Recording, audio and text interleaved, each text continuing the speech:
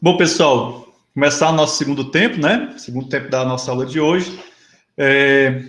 Quem não registrou a presença no primeiro tempo, por favor, se dirigir ao chat e fazê-lo agora, tá certo? E vamos para o nosso assunto de hoje. Bom, nosso assunto, como vocês viram no vídeo de pré-aula, dá continuidade ao nosso capítulo sobre pensamento quantitativo. E vamos fazer aqui uma breve, como é que se diz, revisão do que a gente viu até agora. Até agora a gente viu muito pouco, né? Nós vimos o princípio da soma, ou regra da soma.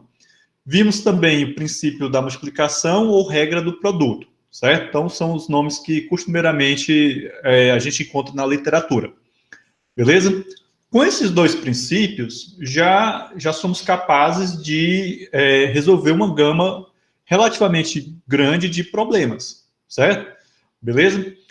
Bom, e uma característica que vocês devem ter observado é que toda vez que a gente vai resolver um problema que envolve contagem, essencialmente nós estaremos lidando com conjuntos. Será essencialmente trabalhar com o quantitativo de conjuntos, ou seja, com a cardinalidade de conjuntos, correto?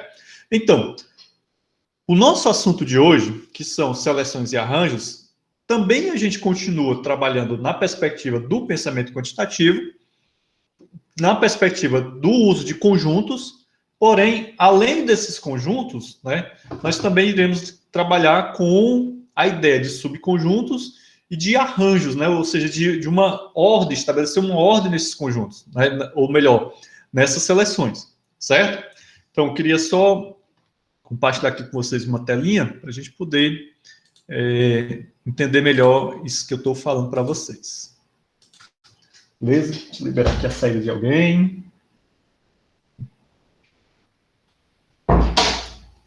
Bom, então, turma, vamos lá. Seguinte, quando a gente fala de seleções e arranjos, né, o básico, né, a ideia básica desse assunto como eu já tinha dito, questão de conjuntos. Então, uma seleção, só para a gente refrescar a nossa memória, né, deixar isso bem fixo, ela envolve escolher um subconjunto de um conjunto dado, certo? Então, suponha que eu tenho um conjunto A, esse conjunto A contém esses elementos aqui, e eu quero pegar um subconjunto desse conjunto A, que eu vou chamar de A'. Esse conjunto que eu vou selecionar, que eu vou escolher, vai ter esses dois elementos aqui, que não estão em ordem nenhuma. A ordem não importa quando eu simplesmente tenho como preocupação, quando o meu objetivo é apenas escolher uma determinada quantidade de elementos, né, um subconjunto dos elementos de um determinado conjunto, certo? Então, esse é o nosso princípio da seleção. Porém, quando, além de selecionar, além de escolher, eu quero que aqueles elementos que eu escolhi estejam em uma determinada ordem, aí eu não estou simplesmente fazendo uma seleção, eu estou fazendo um arranjo. Mas o interessante é que vocês observam que tanto uma seleção quanto um arranjo envolve um processo de escolha. A diferença é que na seleção eu não tenho preocupação com ordem dos elementos que eu escolhi. No arranjo eu tenho essa preocupação, certo?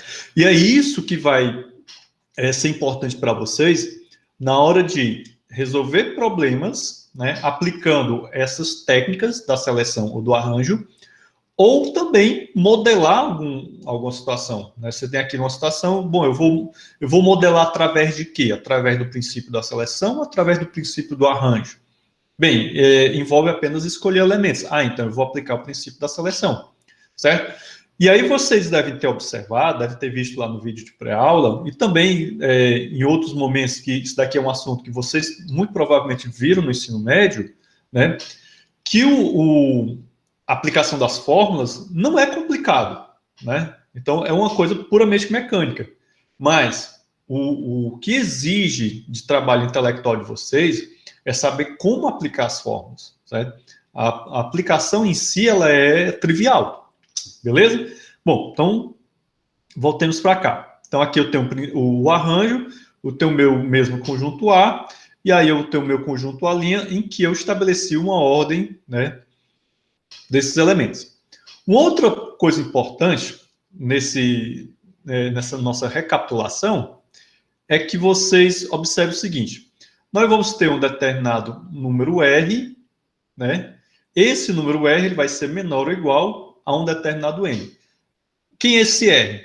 É justamente o nosso subconjunto, certo? Ou seja, aquilo que eu estou escolhendo.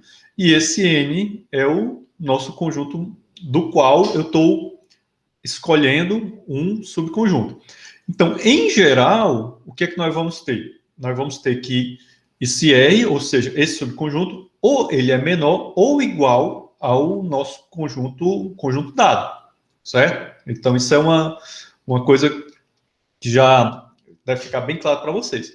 Bom, isso daqui é importante por quê? Porque o nosso próximo tópico é o uso de funções para contar, ou melhor, contar através de funções.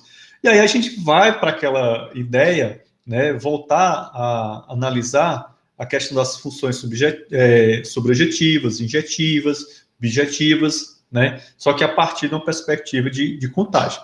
Beleza? Vamos avançar aqui um pouquinho. Bom, o princípio do arranjo, né, vamos aqui focar no nosso princípio do arranjo, ele é dado, né, a partir dessa solução em forma fechada. Então, eu tenho aqui o P, que vem de permutação, que é um outro nome muito comum na literatura para se referir ao princípio do arranjo. Então, eu posso observar ele a partir dessa perspectiva aqui, dessas múltiplas, desse produto aqui, né? Então, eu tenho um N vezes N-1, vezes N-2, até um N menos N mais 1, certo? Então, nesse caso aqui, seria o quê? Eu aplicar o princípio do arranjo a partir de um conjunto e o seu subconjunto ser o mesmo número, né? Certo? Então, em outras palavras, seria simplesmente aplicar a função fatorial. Bom, quando eu tenho um conjunto, o subconjunto R, que é menor do que o conjunto N, ou seja, aquele conjunto que eu vou arranjar, aquela escolha que eu fiz, for menor, aí eu aplico essa outra fórmulazinha aqui, certo? Então, basicamente é isso aqui. Não tem muito o que se discutir com relação à aplicação dessas fórmulas, que é basicamente você utilizar função fatorial, certo? Entendido? E outra coisa, toda calculadora científica possui a função fatorial, não é mistério algum utilizar ela, né? Principalmente quando você vai calcular o fatorial de número relativamente grande, fazer isso no braço é coisa que hoje seria totalmente ridículo, correto? Bom, vamos aqui a alguns exemplos, e aí com os exemplos fica mais fácil a coisa fixar na mente de vocês. Bem, eu tenho aqui uma palavra, essa palavra conversa, né? Então, quando eu falo palavra no sentido computacional da coisa, eu estou falando de uma lista concatenada de símbolos, certo? Então, vamos sempre lembrar dessa ideia. Apesar de que essa palavra aqui, ela é uma palavra que existe na língua portuguesa, correto? Bem, mas o que eu quero fazer? Eu quero saber quantas maneiras eu tenho de ordenar, né, essas letras da palavra conversa, certo? Aí nós vamos aplicar o quê? Nós vamos aplicar o princípio do arranjo, o princípio da permutação. Por quê? Porque eu tenho aqui, ó, a ideia de eu quero ordenar isso daqui. Eu não quero simplesmente escolher, certo? Não quero simplesmente selecionar. Eu quero ordenar as letras da palavra conversa. Aí tem um detalhe. Nesse caso aqui, a gente pode enxergar esse conjunto, né, formado pelas letras da palavra conversa, como sendo o nosso domínio. Então, a ordenação que a gente vai aplicar a ela é como se fosse uma função, né? Nesse caso aqui é uma função bijetiva, né? Vocês podem observar aqui, em que o domínio são essas letras da palavra conversa, e o meu contradomínio também serão as letras da palavra conversa. Quando eu tenho esse domínio e esse contradomínio do mesmo tamanho, né, eu simplesmente aplico aquele princípiozinho que a gente viu anteriormente, né? Nesse caso aqui, o N e o R são iguais, né? Então, basta que eu aplique a função fatorial à quantidade de elementos que eu tenho para ordenar, correto? Então, aqui, 8 fatorial, a gente vai encontrar a quantidade de maneiras que eu tenho para ordenar as letras da palavra conversa. Simples, muito simples, certo? Não tem muito o que se discutir aqui, certo? Entendido? Então, aqui, a chave é simplesmente você perceber se o contradomínio tem o mesmo tamanho do domínio, ou seja, se é uma objeção. Quando você tem uma objeção, aí você, de olhos fechados, você simplesmente aplica a função fatorial em cima do valor, né, do número de elementos do conjunto dado, correto? Muito simples, trivial. Bom, vamos aqui avançar para um outro exemplo. Este outro exemplo, ele está sendo chamado aqui de problema de urna, né? Então, isso daqui é um protótipo de um tipo de problema que é muito comum a gente encontrar, inclusive na vida real, e para generalizar, a literatura matemática chama de problemas de urna, certo?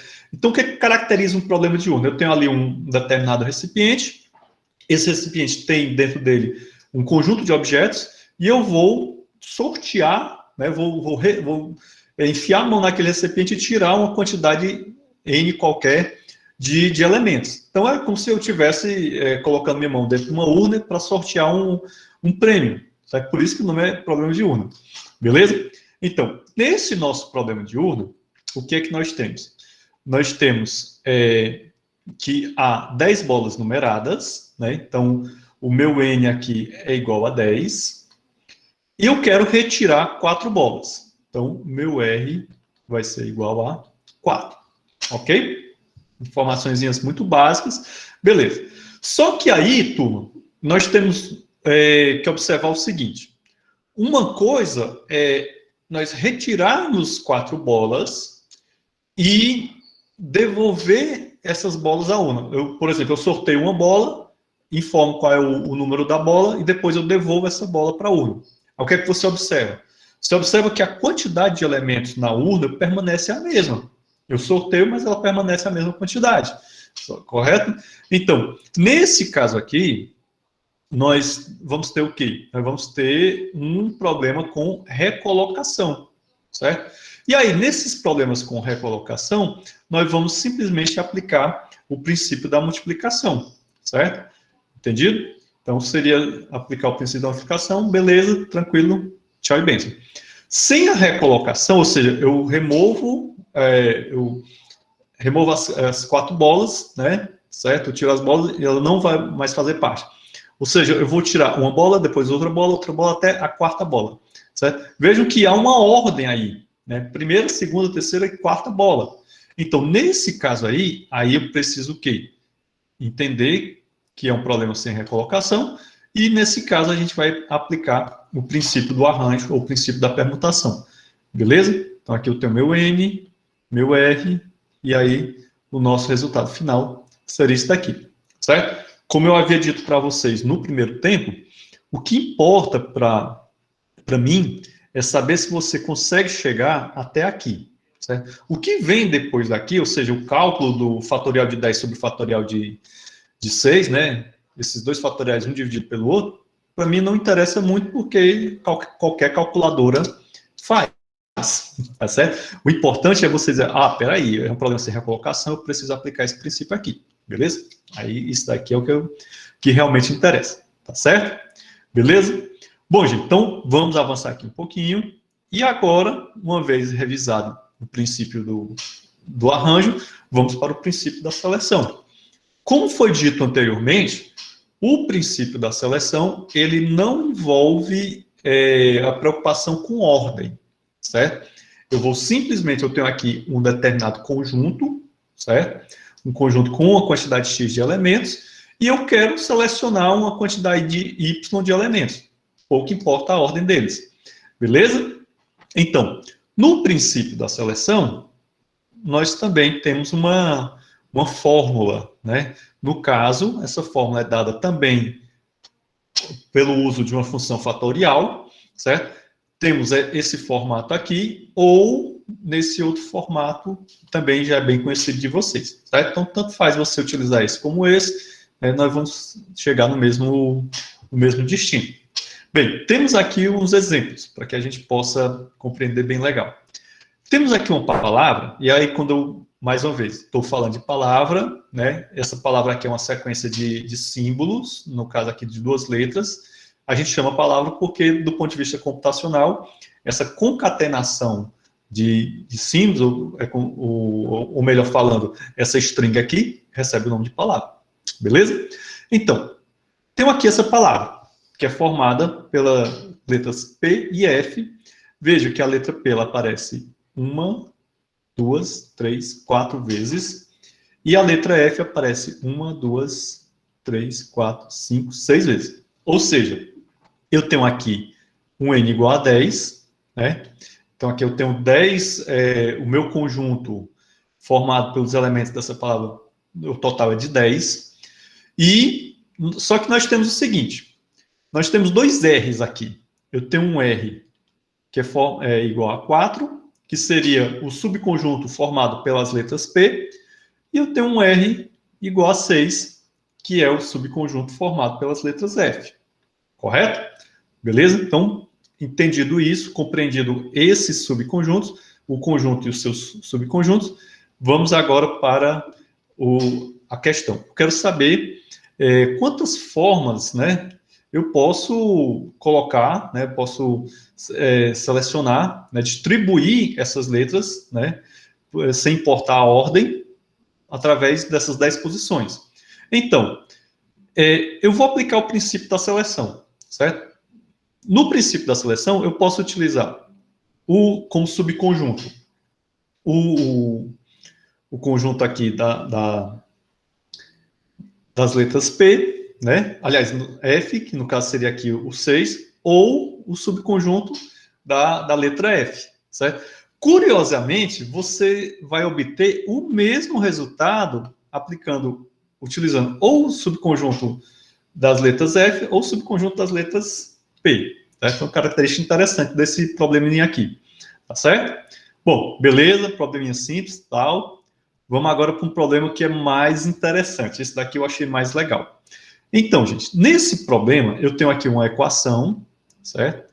Essa equação, ela tem 5 variáveis, que vai de x1 até x5, e é uma soma, como vocês estão vendo aqui, e o resultado dessa soma é igual a 13, certo? Bom, o que é que nós queremos saber? Quantas soluções há para essa equação? Certo? A princípio, você pode achar assim um tanto desafiador, mas o grande barato desse problema aqui é que nós podemos encarar ele de uma perspectiva bem diferente, né? Aí, detalhe, as variáveis de x1 a x5, elas pertencem ao conjunto dos números inteiros positivos, certo? Então, esse é um detalhe importante, porque se a gente fosse levar em consideração um outro conjunto, né, fosse os números inteiros totais, aí nós íamos ter um problema razoavelmente grande, certo? Então, vamos aqui entender essa solução que eu achei altamente bacana, né, e super elegante, que o nosso autor colocou. Vamos supor que o x1 é igual a 4, o x2 é igual a 0, o x3 é igual a 5, o x4 igual a 1 e o x5 igual a 3. Se a gente pegar tudo isso daqui e somar, nós vamos obter esse valor aqui, certo? Então, isso daqui seria uma das soluções para essa equação, correto? Uma das soluções. Bom, o que é que isso nos mostra? Nos mostra que eu posso olhar para cada uma dessas variáveis e para os operadores de soma que nós temos aqui, nós podíamos olhar para eles como se fosse assim uma sequência de símbolos que eu posso arranjar de diferentes maneiras, que eu posso selecionar de diferentes maneiras. Então, como nós temos o conjunto dos números inteiros positivos, né?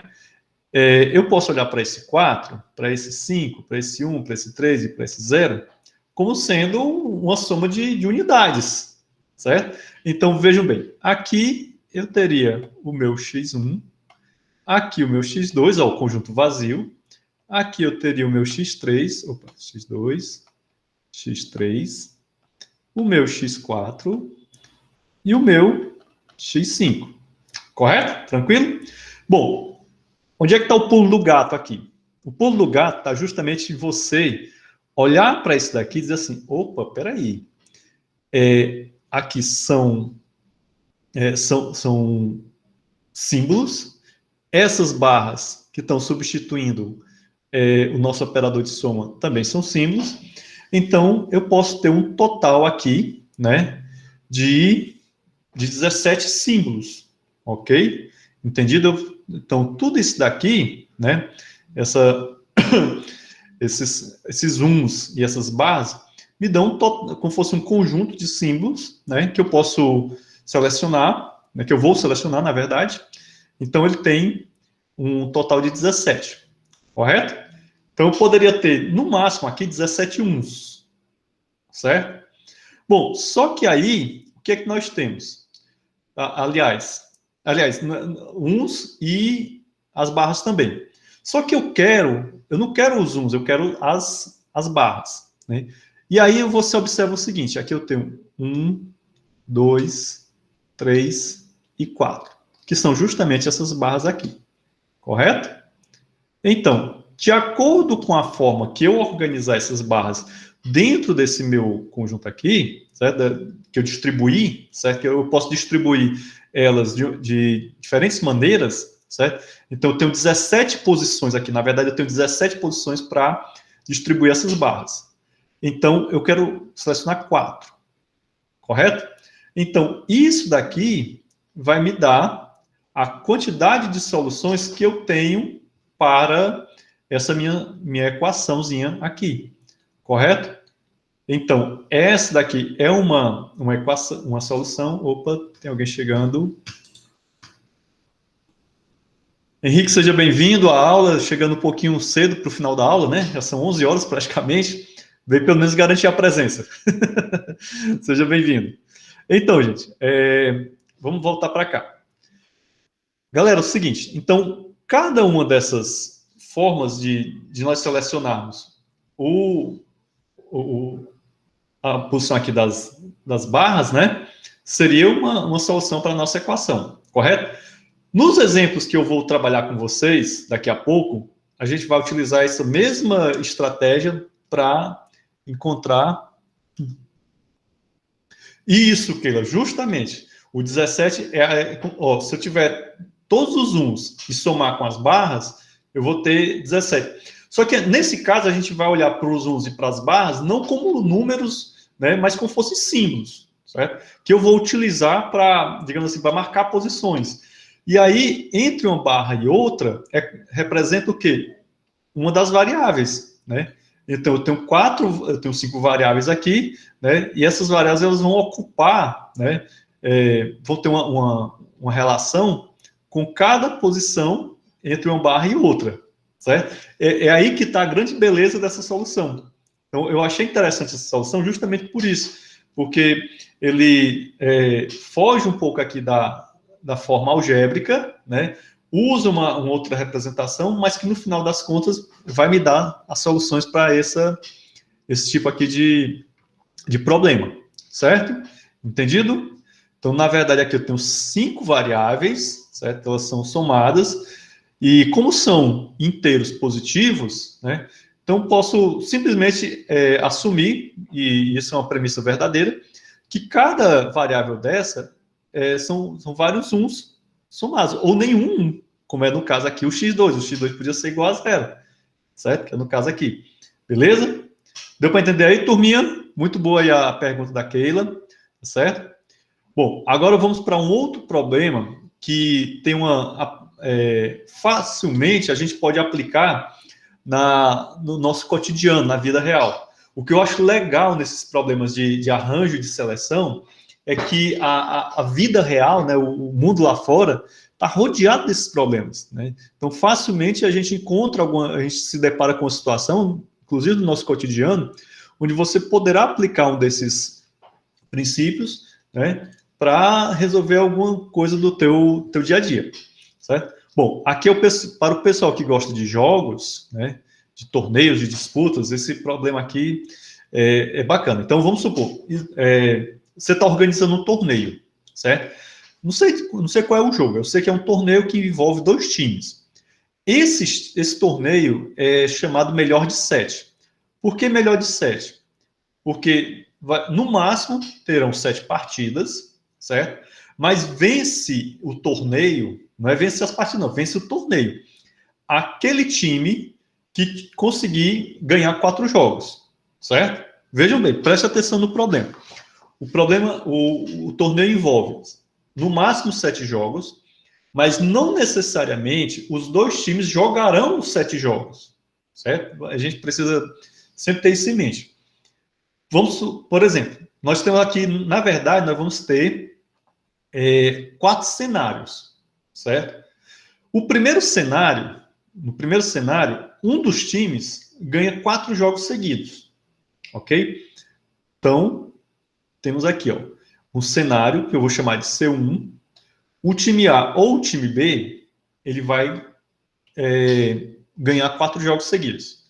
Quantas combinações eu tenho aí de vitória? Certo? Eu tenho 2 combinações de vitória. Ou do time A, ou vitória só do time A, ou vitória só do time B. Se um time ganhar 4 jogos seguidos, o torneio já se encerra por aí. Ah, professor, mas não seriam 7 jogos? Não, são no máximo 7 jogos, mas tem uma regrinha que é o time que ganhar. Como é que a gente encerra o torneio? Como é que a gente decide o campeão do torneio? Aquele que ganhar 4 jogos, certo? E um time ganhar 4 jogos seguidos é uma possibilidade? Certo? É remota? Não sei. Isso daí a gente vai calcular depois, quando nós estivermos estudando probabilidade, que também é tema desse nosso capítulo de pensamento quantitativo, tá certo? Mas vamos voltar aqui para o nosso problema. Então, o primeiro cenário que eu tenho é o time A ou o time B ganhando 4 jogos seguidos, né? Ou como o pessoal no futebol gosta de usar a expressão, dando chocolate no outro time, correto? Não sei nem se essa expressão não é... Qual é a palavra da moda hoje, né? Cringe, né? A expressão é cringe. Vamos lá. Segundo cenário que eu vou chamar de C2.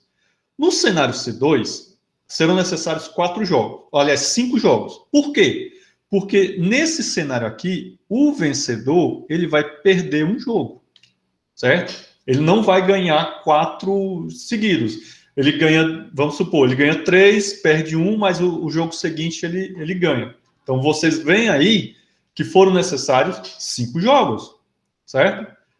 O vencedor jogou 5, perdeu 1, mas ele ganhou 4. Então, ele sagrou-se campeão. E não esqueçam que cada um desses cenários, ele é válido ou para o time A ou para o time B, certo? Então, eu tenho sempre que olhar para esses cenários a partir da perspectiva de uma multiplicação por 2, correto? Acompanha. No cenário 3, nós temos 6 jogos. Por quê? Porque no cenário 3, o vencedor, ele perde 2 jogos. Eu estou usando aqui, o vencedor perde, né? Fica assim, meio confuso. Mas vejam bem, são 6 jogos, porque o camaradinha que ganhou 4, ele perdeu 6. Então, quantos jogos foram no total? 6, certo? Bem, vamos adiante.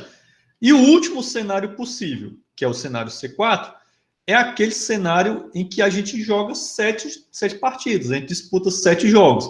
Nesse caso aqui, o vencedor, ele ganhou 4 vezes, mas em compensação ele perdeu 3 jogos. E aí dá no total de 7. Por isso que o nome do torneio é um torneio melhor de 7. Tranquilo? Bom, o que é que nós queremos saber? Eu quero saber quantas combinações possíveis, né, de vitórias, né, eu vou ter num torneio melhor de 7, certo? Então, o que é que nós vamos ter aqui? Ora, eu vou precisar somar esses cenários aqui, certo? Então, vejam que a solução já começa a se desenhar, certo? Mas para essa solução se desenhar dessa forma, né? É só somar, tá, show, beleza, facinho. Calma, né?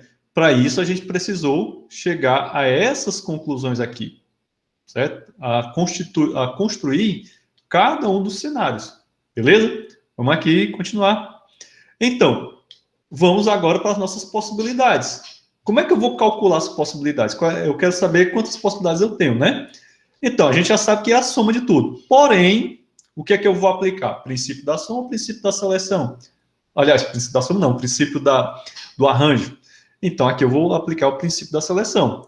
No caso aqui, no cenário C1, eu tenho só duas possibilidades. Eu quero saber quantas possibilidades eu tenho em todo esse contexto. No cenário C1, eu tenho duas possibilidades, que seria de vitória do time A ou vitória do time B, certo?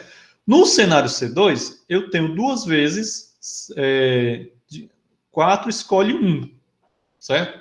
Por quê? Porque nesse caso aqui, né, duas vezes, como eu falei para vocês, é do time A ou time B, então eu tenho ali, pode ser que seja o time A, pode ser que seja o time B, então eu tenho que multiplicar por 2. Então, quem ganhar, né, no cenário 2, vai ter disputado 5 partidas, né? Então, tem aqui 4 de 1. O que é que eu estou fazendo aqui? Eu estou selecionando a derrota, certo? Entendido? Porque, vejam bem, no nosso caso aqui, nós modelamos a nossa solução a partir da perda de um jogo, certo? Então, aqui perdeu um jogo, perdeu 2, perdeu 3, aqui ele perdeu 0, certo? Aqui a perda foi 0, tá certo? Então, eu tenho aqui de 4, né? De 4 vitórias, né? Aliás, de 4 partidas, das partidas disputadas, né? Uma minha derrota. Bom, cenário C3, que era aquele que o camarada joga 6 partidas, né? Seria 5 de 2. E o cenário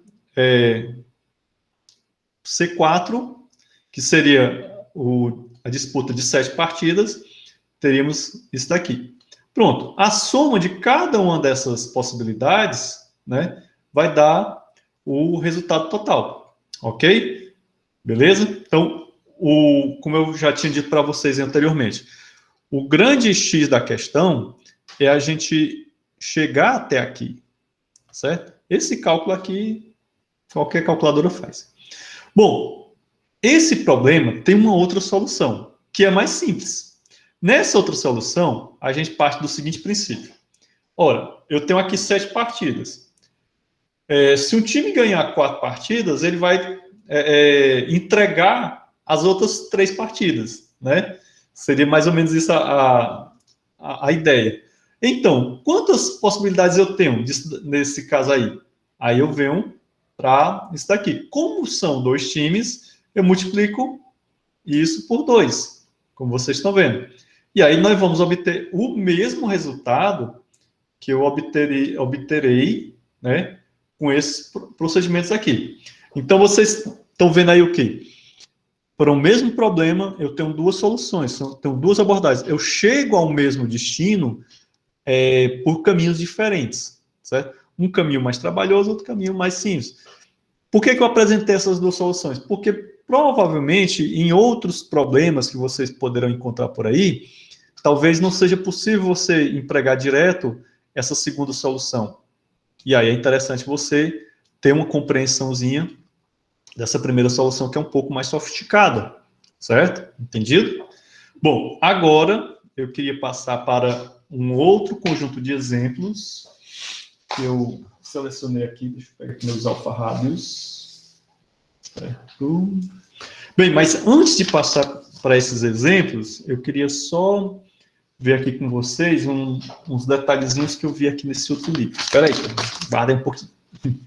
Certo? Seguinte, deixa eu deixar aqui o livro. O livro, no caso, esse livrinho aqui é da coleção Schaum, né, o Matemática Discreta. É um livro muito bacana, que eu gosto muito dele. Beleza? E deixa eu só criar aqui mais uma página. Opa, new page. Ops.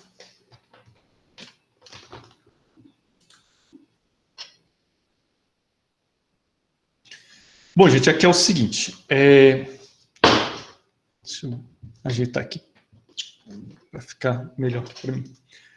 Bom, eu havia dito para vocês, quando a gente trabalha com essas permutações, nós podemos ter permutações com repetição, né?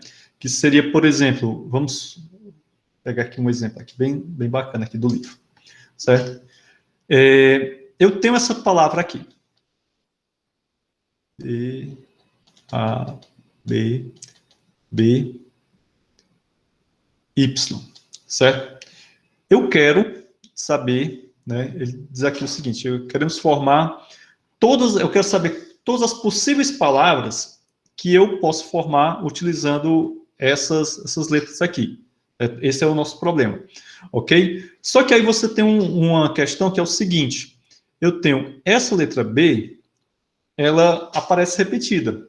Só que a gente poderia olhar para ela com um índice, né?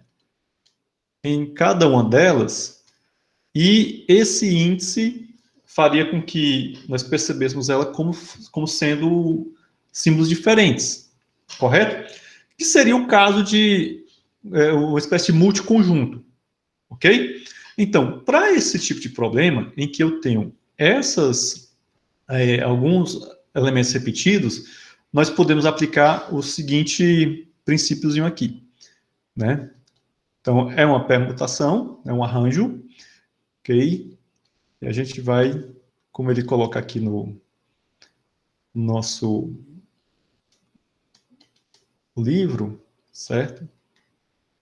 E aí nós teríamos 5 fatorial, 3 fatorial. Ou seja, esse 3 aqui, né, é justamente as letras repetidas que eu tenho, certo? Entendido?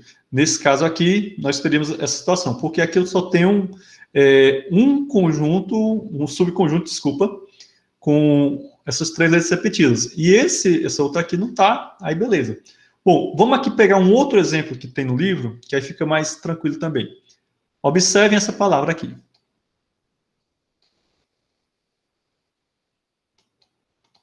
Nesse caso aqui, os símbolos repetidos é mais de um, ok? Então aqui eu tenho 1, 2, 3 es, né? Então eu tenho 3 es e 1 e 2 n's, certo? A gente vai aplicar esse mesmo princípio aqui, mais ou menos. Então, nesse caso aqui, nós poderíamos fazer o seguinte.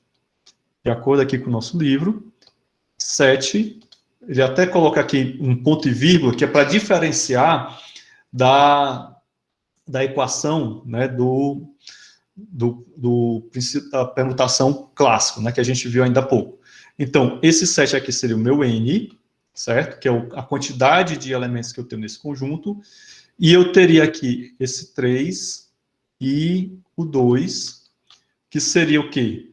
Esse 3 é o primeiro subconjunto que eu tenho repetido, que seria o caso dos 3 n's, e aí a gente pode olhar para eles a partir da mesma perspectiva, ó, é 1, é 2, é 3, e esse outro 2 aqui seriam os n's, né? N1 e N2. Beleza? Como é que vai ficar aqui nossa forma? 7 fatorial dividido por 3 fatorial, 2 fatorial, que é semelhante ao que a gente já viu ainda há pouco também, né? Parecido. Então, no caso aqui, daria um total de, segundo o nosso livro, 420 palavras com 7 letras que eu poderia formar com essas letras aqui. Aí vocês observam o seguinte, que vamos supor aqui, ó, eu coloquei esses índices, né? Eu poderia ter uma palavra que seria assim, ó.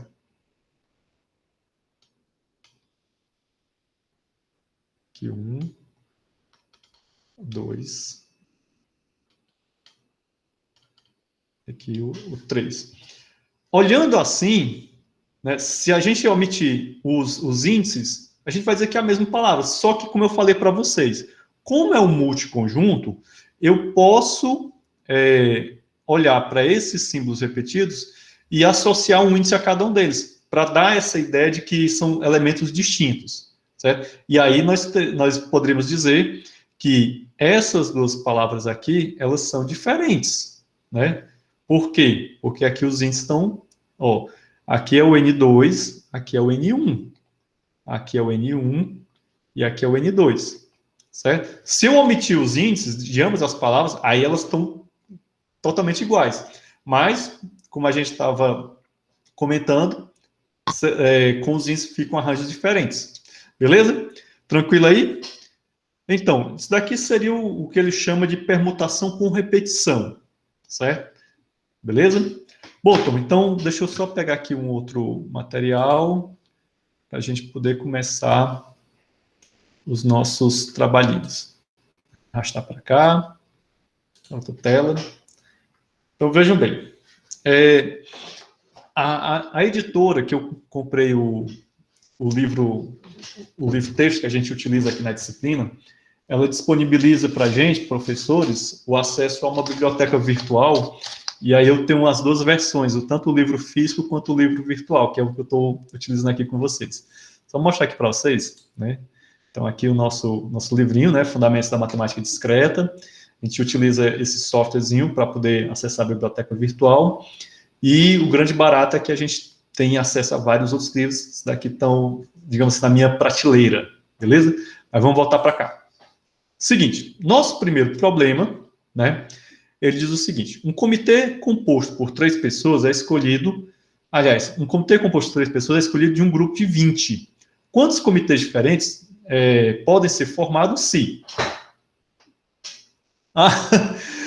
Keila. Keila, nesse caso, só abrindo aqui um parênteses na história, quem é professor, quem já é professor, seja professor universitário ou de qualquer ensino, pode se cadastrar nessa editora para ter acesso a essa biblioteca. Eu vou mandar para vocês o link, porque se por acaso você ou conhece outras pessoas que já são professores, se cadastra com professor, né, comprova que é professor mandando um PDF do contra-cheque ou de um outro documento que comprove que você é professor, e aí eles liberam para vocês o acesso a essa biblioteca, tá certo? Eu vou mandar para vocês depois, tá bom? E outra coisa, não estou ganhando nada da editora para estar falando isso, mas se você for comprar livro, né, físico, sendo cadastrado como professor, você ganha desconto. Às vezes o desconto é de 30%, 40%, até 50% eu já consegui desconto, certo? Vale a pena. Além dessa editora, tem outras editoras que você se cadastrando como professor, você ganha desconto, né? Para você ver como chega um momento que vale a pena ser professor. Estou brincando. É uma das coisas boas de ser professor é ganhar desconto nessas editoras, tá certo? Mas eu vou mandar o link para vocês também, bom? Bom, então vamos lá, voltar aqui para o problema. Gente, nosso problema consiste nisso daqui. Eu tenho um grupo de 20 pessoas e eu quero formar um comitê de 3. Então, aí nós temos um problema de seleção, no caso, a letra A, certo? Deixa eu só pegar aqui meus alfarrábios. Aí. Nós temos na letra A, aliás, na letra A eu tenho um problema de arranjo. Por quê? Porque, veja bem, esse primeiro comitê, ele consiste de um presidente, um vice-presidente e um tesoureiro. Ou seja, eu preciso escolher esses cargos, né? Então, eu vou escolher um, depois o outro, depois o outro, certo? Então, isso caracteriza o quê? Um problema de arranjo. Já na letra B, não existem distinções entre os 3 membros do comitê. Nesse segundo, na letra B, eu vou simplesmente selecionar 3 pessoas, escolher 3 pessoas desse universo de 20, beleza? E aí pronto, né? Eles são iguais. Não há distinção, ou seja, não há arranjo. Nesse caso aí, o que é que eu vou aplicar? Nós vamos aplicar o princípio da seleção, certo? Vamos aqui para a nossa lousinha digital. Então, deixa eu voltar aqui. Bom, nosso primeiro exemplo, como eu havia dito para vocês ainda há pouco, o nosso N é igual a 20, certo? E o nosso R é igual a 3. Por que 3? Porque é a quantidade de membros do comitê.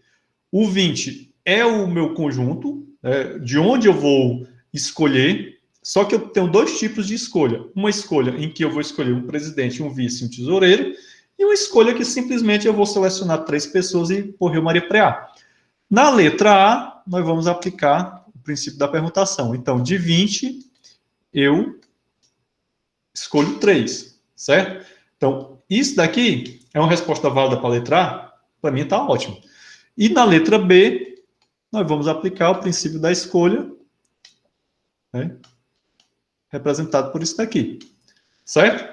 Se por acaso eu passasse isso na prova e você trocasse as bolas, aí eu não poderia considerar a questão correta, né? Certo? Então seria simplesmente isso daqui, ok? Então isso para a nossa primeira questão, certo? Questãozinha fácil, só para a gente poder, digamos assim, entrar no embalo, certo? Vamos aqui passar para a outra questão. Na outra questão, nós temos o seguinte: Hugo e Viviana trabalham em um escritório com mais 8 colegas de trabalho. Então, vejam bem, o Hugo e a Viviana trabalham com mais 8 pessoas, então nosso conjunto maior aqui tem o quê? Tem 10 empregados. Desses 10 empregados, o chefe deles precisa escolher um grupo de 4 pessoas que irão trabalhar juntas em um projeto. Então, vai simplesmente escolher esse grupo de 4 pessoas e tchau e bênção, né? Esses 4 aqui vão trabalhar, eu vou tirar 4 de 10 e pronto. Ora, de cara, o que é que a gente já vai dizer aí? Ah, professor, aí tá fácil, é seleção. Então, nesse caso, beleza, né? Esse caso aqui, segunda questão, tá aqui o 2. Letra A. O meu N é igual a 10. O meu R é igual a 4. A letra A vai ser de 10. Eu escolho 4. Eu seleciono 4. Tá certo? Ah, professor, e o cálculo aí? Não, você faz o cálculo. Bota aí na científica e pronto. Vamos aqui para a letra B. Na letra B, existe um porém. Certo? Vamos ver aqui a letra B. Suponha que Hugo e Viviana se recusam a trabalhar juntos. Eles não querem trabalhar juntos. Eles trabalham eles não querem participar desse subcomitê, né? Desse subgrupo. Sob qualquer circunstância, sob essa restrição, quantos grupos de trabalho diferentes podem ser formados? Olha, vejam bem. Nós queremos saber, na letra A, quantos grupos de trabalho eu posso formar, selecionando esses 4, sem haver nenhum problema de relacionamento entre eles. Só que no outro problema, na letra B, o Hugo e a Viviana não querem trabalhar juntos. Então, eu quero saber quantos grupos eu vou poder formar nesse caso aí. Então, nesse caso aí, o que é que vai acontecer, turma? Já tem um porém. Nesse caso aí, o meu N não é mais 10, certo? Por quê? Porque não é mais 10, professor. Porque, veja bem, o Hugo e a Viviana não querem trabalhar juntos. No total, são 10 funcionários. Mas como eles não querem trabalhar juntos, o meu universo agora diminui para 8, certo? Então, eu tenho aqui o meu N igual a 8, só que aí tem um porém, certo? Se eu vou ter que considerar uma situação em que nem o Hugo não esteja num grupo e nem a Viviana esteja no outro grupo, correto? Então, nesse caso aqui, nós vamos ter o quê? Um C de 8, eu escolho 3, certo? Beleza? Bom, isso daqui vai me dar uma certa quantidade de grupos, certo? Vamos supor que nesse grupo aqui, o Hugo não esteja presente. A mesma situação eu vou repetir para a Viviana. Então, nesse grupo aqui eu não tenho a Viviana presente, certo? E, por fim, a gente vai fazer o quê? Vai ver quantos grupos eu posso formar, né? De 4 desses 8, certo? Eu vou selecionar os 4. Então, vejam bem, nesse caso aqui, eu já estou selecionando 4 pessoas, né? Desse grupo de 8. Nesse grupo aqui,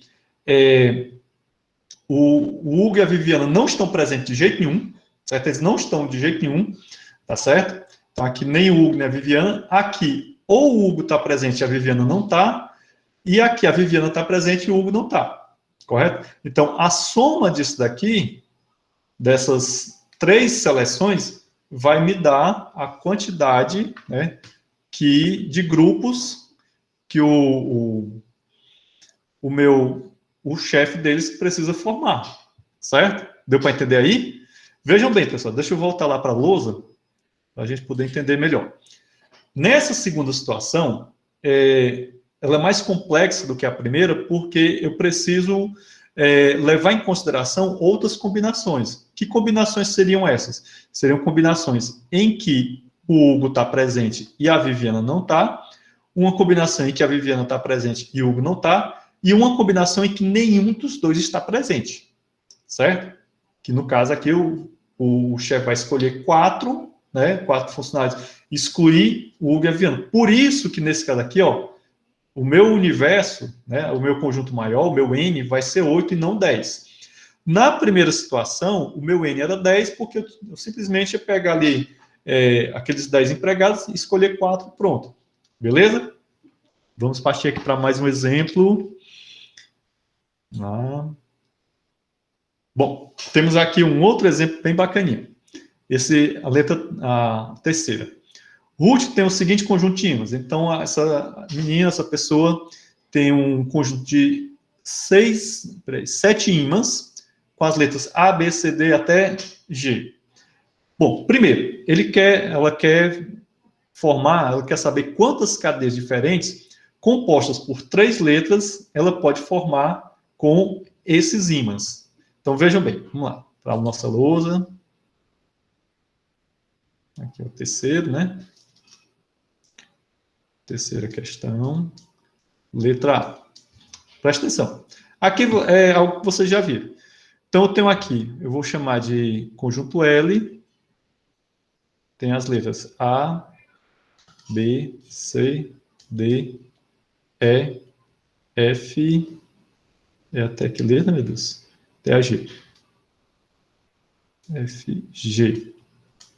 Então, nesse caso aqui, eu tenho todas essas letras. Eu quero formar um subgrupo com 3, correto? Então, nesse caso aqui, eu tenho essas 3 posições, só que aí o que é que nós temos aqui? Nós vamos colocar uma letra aqui, né? Aí vai sobrar o quê? A letra que eu colocar aqui, no caso, vamos supor, a letra A. Aí eu não posso mais usar o A porque eu só tenho essas letras aqui, né? Aqui eu teria o quê? Aqui seriam 7, né? Aqui já seriam 6, certo?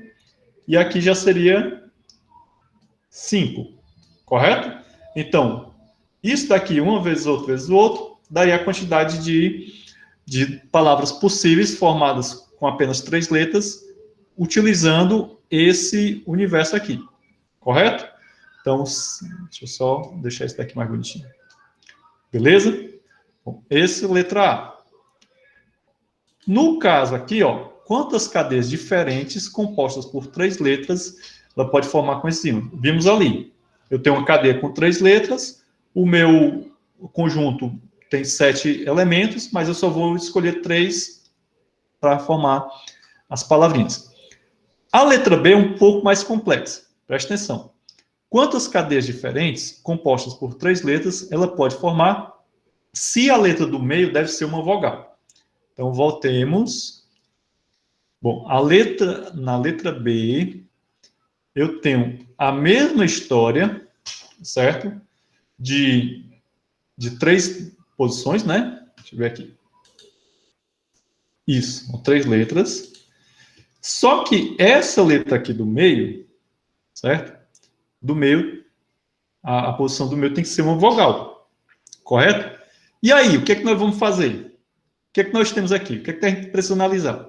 Quantas vogais eu tenho? Eu tenho 1, 2 vogais, certo? Entendido? Bem, eu tenho 2 vogais. Só que aí, né, vão me restar o quê? Vão me restar outras 6 letras, certo? E outras 5. Porque é o seguinte, quando eu escolher esses 2 aqui, que são 2 vogais, né? Nós vamos ainda ter outras 6 letras. Vamos supor, vamos aqui botar um exemplo, fica mais fácil. Aqui no meio tem que ser uma vogal, né? Então, eu tenho ou A ou E, certo? Vamos supor que eu coloque a letra E. Bom, aí me restam quantas letras ainda? 6. Ah, professor, mas nessas 6 letras tem outra vogal. Não tem problema. A vogal do meio já está lá, bonitinha. Que pode ser a letra A ou a letra E. Entendido? Então, eu terei 6 letras para cá, né? E 5 letras para cá. Ou o contrário, certo? Ou 5 para um lado e 6 para o outro. O importante é que no meio eu tenho 2 opções. Então, é 6 vezes 2 vezes 5. Correto? Deu para entender aí? Então, vejam que nesse caso aqui, como eu estabeleci que a letra do meio era uma vogal, então eu tinha só 2 possibilidades, certo? Eu botei aqui o 2 para cá para a gente ficar mais fácil de vocês visualizarem. Só que, ao lado dele, eu posso ter 6 letras e do outro lado eu posso ter 5, ou o contrário, né? Tanto faz. O importante é que restarão, depois que eu escolher uma vogal para o meio, me restarão 6 letras. Depois que eu escolher, no universo de 6 letras restantes, uma letra para cá, me restarão 5 letras. Isso é que importa. Então, 6 vezes 2 vezes 5 dá a resposta da letra B. Correto? Até aí tudo bem, turma? Bom, vamos avançar aqui um pouquinho para mais outro exemplo. Vamos pular aqui a quarta. Aí vocês podem tentar a quarta em casa, quem tiver com o livro. Vamos aqui para 5, para a quinta questão. A quinta questão, nós temos 3 alternativas, e eu vou deixar para vocês resolverem em casa mesmo. Né? Fica como exercício para vocês se divertirem no final de semana. Gente, eu tenho aqui uma palavra formada por essas letras. Né? A palavra combine. A primeira letra, a alternativa A, eu quero saber quantas maneiras eu posso, quantas palavras, né, eu posso formar misturando essas letras aqui. Aqui é fácil, né? Aqui é muito fácil. Ali é a quinta questão, né? Deixa eu adicionar aqui mais uma página. Vou fazer aqui. Pronto. Então, quinta questão. Letra A. Na letra A, vamos só colocar aqui a palavra. A palavra é essa. Ok? Essa palavra tem quantas posições? 1, 2, 3, 4, 5, 6, 7. Então, são 7 letras. Certo? Na letra A, eu quero saber de quantas... formar uma palavra de 7 letras misturando... Forme uma palavra de 7 letras misturando as letras da palavra combine. Então, quantas maneiras eu posso fazer isso? Eu simplesmente vou pegar essa palavra, essas letras, né, essas 7 letras, vou misturar e eu quero saber quantas palavras eu posso formar. Aí é super, super, hiper simples. É simplesmente 7, eu vou aplicar a função fatorial. E aí eu terei a quantidade de letras aliás, a quantidade de palavras, desculpa, que eu posso formar misturando essas letras, certo? Aqui é moleza. Na letra B, a letra B já é um pouco mais sofisticada. De quantas maneiras você pode fazer isso se as vogais têm que estar no começo? Então, vejam bem. Vamos voltar lá para a nossa lousa. Nesse caso, eu tenho aqui essas 3 primeiras posições. Vou pegar aqui uma água.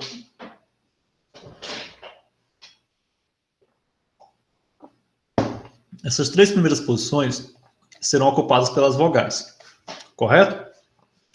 E as 4 posições seguintes pelas consoantes. Ok? Bem, quantas vogais eu tenho aqui? Eu tenho 1, 2, 3. Então, essas 3 vogais ficarão aqui. Logo, 3 fatorial. Quantas consoantes eu tenho? Tenho 4, 4 fatorial. Isso daqui, 3 fatorial vezes 4 fatorial, vai dar a quantidade de palavras que eu tenho, que eu terei, né, disponível para formar combinando com essa restrição. Ou seja, nas 3 primeiras posições, eu coloco, as vogais estarão juntas nas 3 primeiras posições. Correto? Entendido? Por que que eu fiz um vezes o outro? Por que que eu apliquei o princípio da multiplicação? Vejam que aqui, ó, eu apliquei o princípio da multiplicação, princípio este que foi visto onde? No início do nosso estudo do pensamento quantitativo. Porque essas combinações elas acontecem simultaneamente, certo? Então aí você começa a perceber que aquilo que a gente estudou lá na abertura do capítulo, né, ela também pode ser aplicada juntamente com esses outros princípios. E assim a gente vai combinando uma coisa com a outra, certo? Na questão anterior, acho que foi na primeira, a gente viu, nós combinamos o princípio da soma com o princípio da seleção. E assim vai, certo?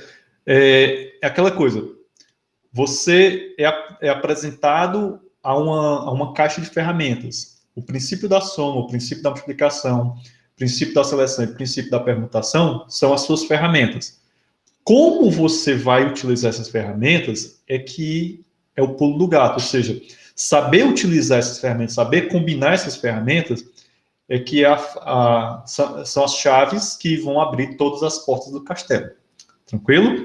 Bom, e aí fica como exercício de casa para vocês responder isso aqui, ó. De quantas maneiras você pode fazer isso se nenhuma vogal está isolada entre duas consoantes? Gente, já são 11h36, mas eu acho que ainda dá tempo a gente ver mais algumas questões. E eu selecionei aqui algumas dessas questões que eu queria deixar itens para vocês responderem por conta própria. Para dar um incentivo para vocês, certo? Quem me responder, essa é uma delas. Essa é uma das respostas que eu quero obter de vocês. Quem me mandar a resposta dessa letra C até segunda-feira, né, até as 23h59 de segunda-feira próxima, me mandar para o meu e-mail, eu vou dar um ponto na nota de AP2, que a nota de AP2, lembre-se que é a nota que soma todas as tarefas, certo? Você vai ter, na sua média de nota de tarefa, eu vou somar um ponto para quem me responder isso daqui e outra questão que vai vir daqui a pouco, tá certo? Beleza? Então fica lançado aí o desafio. É obrigatório? Não. Quem quiser ganhar esse ponto extra na nota de AP2, né? Lembre-se bem, é um ponto extra na nota de AP2, certo? Bom, vamos lá. E o bom que está gravado, aí não tem como eu escapar desse compromisso, né? Gente, próxima questão é a sexta questão. Na sexta questão, nós temos aqui, ó. Quantas cadeias diferentes podem ser formadas ao rearranjarmos as letras da palavra ABA, ABA, certo? Vamos lá, nossa luzinha digital. Sexta questão. Fiquem atentos aí para a próxima questão que vai ter item para resolver em casa, que vai valer esse ponto. Bom, gente, nós temos aqui A, BA, BA. Nesse caso aqui, o que é que nós temos? Nós temos uma palavra com 5 posições, certo? Entendido? Não tá sendo estabelecida uma ordem, ou seja, não é permutação. Eu quero simplesmente agrupar ela de maneiras diferentes. No caso, nós temos um subconjunto com apenas 2 elementos. Como vocês podem observar, o meu conjunto, eu vou chamar de conjunto S, ele tem todas as palavras formadas por essas duas letras, e dentro desse conjunto S eu vou ter aqui um S', que é formado pelo A e pelo B. Ok?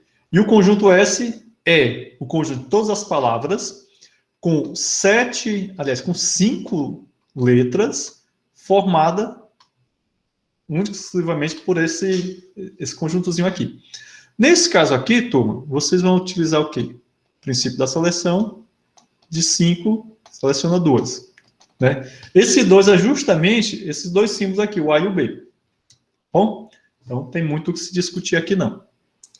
Vamos avançar aqui para mais uma opção. Bom, a sétima também é legal. A sétima tem 2 alternativas. Então, em uma classe, né, A, B, C, D, E e F, A, B, C, D, F, são as possíveis notas de uma avaliação, certo?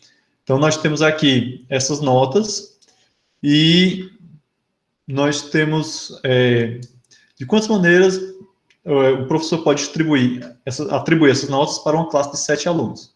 Vamos lá. Então, sétima, letra A, temos as notas A, B, C, D e o F. Então, aqui são quantas notas? São 5 notas. Ok? Na letra a nossa classe tem 7 alunos. Então, são 7 alunos. Vamos lá. 7 alunos. Oh, ficou horrível. Correto? Peraí, está muito frio aqui. Melhorou. Gente, vamos lá. Para a letra A, eu vou simplesmente ter 5 elevado a 7. Certo? Ou seja, é a quantidade de essas letras, essas notas, certo? Que eu posso atribuir a cada um dos alunos. Ou seja, eu tenho aqui nota A, nota B, nota C, nota D e nota F. Para cada um desses, para cada uma dessas notas, eu poderia ter um aluno diferente. E quantos alunos eu tenho? Eu tenho 7 alunos. Então, eu poderia ter 7 alunos recebendo cada uma dessas notas. Certo? Então, eu poderia ter todos os 7 alunos recebendo as 7 notas. Eu poderia ter 2 alunos recebendo a mesma nota e 5 alunos recebendo outra nota, enfim, certo? Então, nosso princípio aqui seria dado por essa resposta aqui. Letra B. Na letra B, aí já é um pouco diferente, ó. De quantas maneiras um professor pode atribuir notas para uma classe de 7 alunos se ninguém receber um F e apenas uma pessoa receber um A? Então, nesse caso aí, o que é que vai acontecer? Ninguém vai receber F. Então, a quantidade... as notas já não são mais 5, certo? Já não são mais 5 notas, são 6 notas, certo? Aliás, isso, certo? E um aluno, ele vai receber uma nota A. Então, uma pessoa vai receber a nota A, certo? Ok? Os demais, né, poderão receber, não vão receber A, mas também não vão receber F. Resta o quê? Restam 3 notas, correto? Então, nós teríamos o quê? 7 vezes 3 elevado a 6. Bom, vamos tentar explicar aqui como é que a gente chegou nesse cálculo aqui. Esse 3 elevado a 6 representa o quê? Representa as 3 notas que podem ser atribuídas aos 6 alunos restantes, certo? Por quê? Porque um aluno, né, vai ter uma pessoa que vai receber a nota... Uma pessoa vai receber a nota A. Vamos só voltar aqui para o enunciado. Ninguém recebe F e apenas uma pessoa recebe o A, certo? Então, essa nota F ela já foi excluída e uma pessoa vai receber a nota A. Mas essa nota A pode ser qualquer um dos 7 alunos, certo? Então, por isso que esse 7 aqui está representando a possibilidade de um dos 7 alunos receber essa nota, vezes a possibilidade dos 6 alunos restantes receber uma das 3 notas, ok? Então, esse 7 representa essa restrição, que qualquer um dos 7 alunos pode receber uma nota A. Porém, né, se você fizer uma árvore, vai ficar mais interessante ainda aqui, porque seria o seguinte, ó, tem aqui a letra A, a nota A, e aí cada um dos 7 alunos, né, vamos chamar aqui de aluno 1, aluno 2, então ele poderia receber, qualquer um deles poderia receber essa nota A. Uma vez que esse camarada recebeu a nota A, os outros 6 alunos, né, ele poderia receber ou A, ou B, ou C, ou D. Ele não receberia F. Por isso, 3 elevado a sexta. E isso, aí você tem que aplicar o princípio da multiplicação. Por quê? Porque um aluno recebeu A e os outros coleguinhas, os outros 6 coleguinhas receberam uma dessas 3 notas. Não é ou um ou outro, é I, né? Tranquilo? Bom, vamos aqui para um próximo problema. Pronto, o próximo problema, esse problema 8. A gente vai encerrar a nossa aula de hoje com esse problema 8. E esse problema 8 eu vou deixar 2 letras dele para vocês fazerem em casa, né? E se você me apresentar a resposta para essas 2 letras, juntamente com a resposta da quinta questão, deixa eu ver aqui se foi a quinta questão, foi, tá aqui. Então, a letra C da quinta questão e as letras B e D da oitava questão, quem me apresentar a resposta, mas não é só um número não, limpo e seco, você tem que mostrar como é que você chegou naquele resultado, tá certo? Vai ganhar 1 ponto, né, na nota de AP2, que é a nota que vai ser feita a partir da média de todas as tarefas que vocês apresentaram. A oitava questão é a letra B e a letra D, certo? São essas 2 letras aqui, porque eu vou apresentar para vocês a resposta da letra A e da letra C, tá certo? Beleza? Vamos fazer o seguinte, eu vou mandar uma mensagem para vocês no sistema acadêmico e lá no grupo com esse desafio, tá certo? Beleza? Então vamos lá, vamos aqui. Um conselho escolar consiste de 3 homens e 4 mulheres. Então, esse conselho tem 7 membros, sendo que são 3 homens e 4 mulheres. Quando realizam uma reunião, eles sentam em fileira. Quantos arranjos de assentos diferentes a gente pode ter? Ora, aqui é muito simples, né? Vamos aqui, oitava questão. Oitava. Letra A. Como são 7 membros no total, certo? 7 membros o nosso conselho, e eles se sentam assim numa fileirinha, a quantidade de combinações possíveis é 7 fatorial, correto? Vamos voltar para cá. Quando realizam uma reunião, eles sentam em fileira. Quantos arranjos de assentos diferentes existem? Então, aí é fácil, existe 7 fatorial, certo? Bom, letra B, a letra B vai ser a letra do desafio. Mas deixa eu dar umas dicas para vocês. De quantas maneiras a fileira pode ser arranjada sem que haja 2 mulheres sentadas uma ao lado da outra? Então, vejam bem. Nós vamos ter aqui 1, 2, 3, 4, 5, 6 e 7. O que é que ele não quer? Ele não quer que haja uma combinação desse tipo aqui, ó. M, H, H, H, M, M. Por quê? Porque aqui eu tenho 2 mulheres sentadas uma ao lado da outra, certo? Esse tipo de combinação ele não quer, certo? Qual é a combinação que ele quer? Vou colocar aqui novamente só um exemplozinho, e esse exemplo vai ajudar vocês. 2, 3, 6, 7.